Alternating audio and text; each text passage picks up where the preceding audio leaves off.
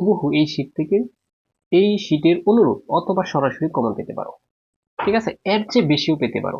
যেমন আমি তোমাদেরকে বলি, সর্বপ্রথম তুমি আনসার করো, এটাই টেকনিক। কারণ প্রথমেই তোমার এই এক থেকে শুরু করে অনেকেই আহ অনেকে তোমার অন্যজনের কাছ থেকে শুরুতেই দেখা শুরু করে, এটা না। তুমি শুরুতেই দেখবা কোন জায়গা থেকে এমসিকিউটা আসছে। আমি তোমাদেরকে বলি, পরিসংখ্যান অধ্যায় থেকে তুমি দেখবা এমসিকিউ কত নং আসছে। কথা বুঝছো?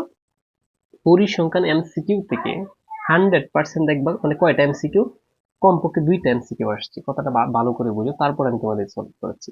এই যে এরকম উদ্দীপক থেকে তুমি পরীক্ষা দেওয়ার পর, মানে পরীক্ষা হলে যখন যাবা তখন সরাসরি গিয়ে দেখবা যে পাবেল স্যার যা বলছে তাই আসছে। এরকম উদ্দীপক থেকে একটা এরকম উদ্দীপক থাকবে এমসিকিউ।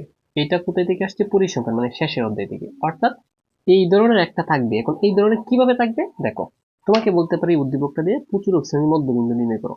এই যে প্রচুরক শ্রেণীর মধ্যবিন্দু নির্ণয় করো, এটা কেমনে করবে দেখো, খুব স্পিডলি পড়াবো, একটু ভালো করে বুঝবা।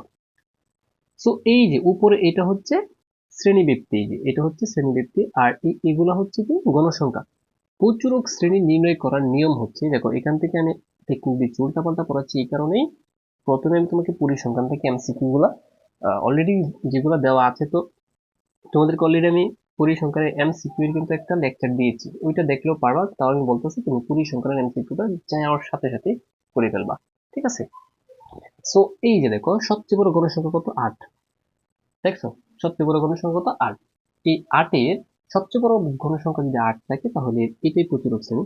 এখন এই যে উপরে এই দুইটা যোগ করবা, যোগ করে এই যে 46 আর হচ্ছে 50 যোগ করবা, যোগ করে 2 দ্বারা ভাগ দিয়ে দিবা। ঠিক আছে? তাহলে 46 আর হচ্ছে 50 যোগ করলে কত হবে? হুম, এই যোগ করে 2 দ্বারা ভাগ দিলে দেখো কত হবে। এটাই তোমার উত্তর। তাহলে দেখো এই দুইটা যোগ করলে হয় 96। হ্যাঁ, 96 কে যদি 2 দ্বারা ভাগ দাও তাহলে কত? 48।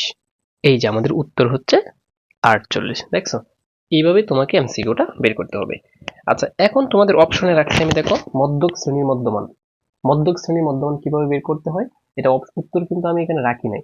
রাখি না একটা কারণে, এটা তোমরা কমেন্ট বক্সে আমাকে অবশ্যই করে জানাবা। মধ্যক শ্রেণীর মধ্যমান করতে গেলে আরেকটা ক্রমজিত করতে হয়, 3টা ঘর বানাইতে হয়। ঠিক আছে? আচ্ছা, তো মধ্যক শ্রেণীর মধ্যমান আমি একটা টেকনিক বলি। যারা যারা পরীক্ষার হলে যারা পরীক্ষার হলে মানে মধ্যক শ্রেণী পারে না, অনেক সময় নেই, করতে পারবা না, তখন কি করবা? তখন তখন তুমি উত্তর এই 48 দিবা, এটার উত্তর 48 হবে। মানে এটা হচ্ছে একটা সুপার টেকনিক। কিভাবে আমি বলছি, মধ্য প্রচুরক শ্রেণীর মধ্যবিন্দু যেটা হয়, ম্যাক্সিমাম ক্ষেত্রে 99%ই এই প্রচুরক শ্রেণীর মধ্যবিন্দু যেটা হয়, মধ্যক শ্রেণীর মধ্যমান এটাই হয়। কথা বুঝছো? তার মানে যদি তুমি পরীক্ষার হলে না পারো, তুমি ক্যালকুলেশনটা পারতেছো না, তখন কি ভাববা যে প্রচুরক শ্রেণীর মধ্যবিন্দুই হচ্ছে মধ্যক শ্রেণীর মধ্যমান অথবা মধ্যবিন্দু। ঠিক আছে? আরেকটা কথা বলে রাখি, মধ্যমান যে কথা, মধ্যবিন্দু একই কথা। তাহলে আমাদের দুইটা ডান হয়ে গেছে, দুইটা শেষ। আচ্ছা, তারপর দেখো, এই গত বছর আমি যখন 24 সালের ফলাফলকে একদম 100% গ্যারেন্টি দিয়েছিলাম, এটা আমার শীট থেকে সরাসরি কমন। ঠিক আছে? এটা আমার শীট থেকে সরাসরি কমন করছিল। তাহলে এটার উত্তর কত হবে দেখো, কোন শর্তে? যে কোনো সংখ্যার উপর পাওয়ার যদি জিরো হয়, এটার মান হয় 1। যে কোনো সংখ্যার উপরে পাওয়ার যদি কি হয়, যে কোনো সংখ্যার উপরে যদি পাওয়ার যদি জিরো, এর মান হয় কত? 1। এখন এটা কোন শর্তে হয়, এটা তোমাকে জানতে হবে। তার আগে আমরা এটা দেখি, তোমরা বলো তো 50 উত্তর কি হবে? এর উপর পাওয়ার জিরো আছে, তার মানে এর মান কোনটা হবে? উত্তর হচ্ছে 1। যে কোনো সংখ্যার উপরে। এখন যদি এই যে দেখো, পরীক্ষার হলে যে এভাবে থাকে যে এক্স এর উপরে জিরো, তাহলে কি হবে? এটার মানও 1 হয়ে যাবে। টেকনিক বুঝছো কিনা? তার মানে আমি যদি বলি যে বির উপর 1 আছে, জিরো আছে, তখন এর মান কত হয়ে যাবে? 1।